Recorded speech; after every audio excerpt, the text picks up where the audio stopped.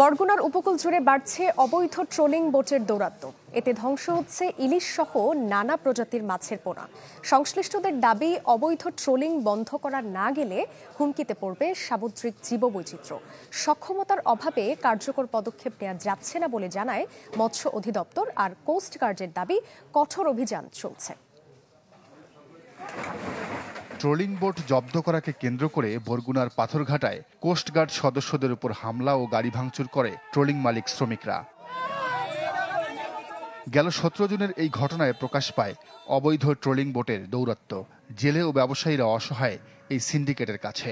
শত শত মাছ, হাজার লক্ষ কোটি কোটি টাকার মাছ এই বিএফডিসি বিক্রি হয়েছে, কিন্তু যখন এই একটা অবৈধ সিন্ডিকেট ঘুরে এসে জুড়ে বসে এই ট্রলিং চালান শুরু করেছে, তারপর থেকে আজকে হাহাকার শুরু হয়েছে।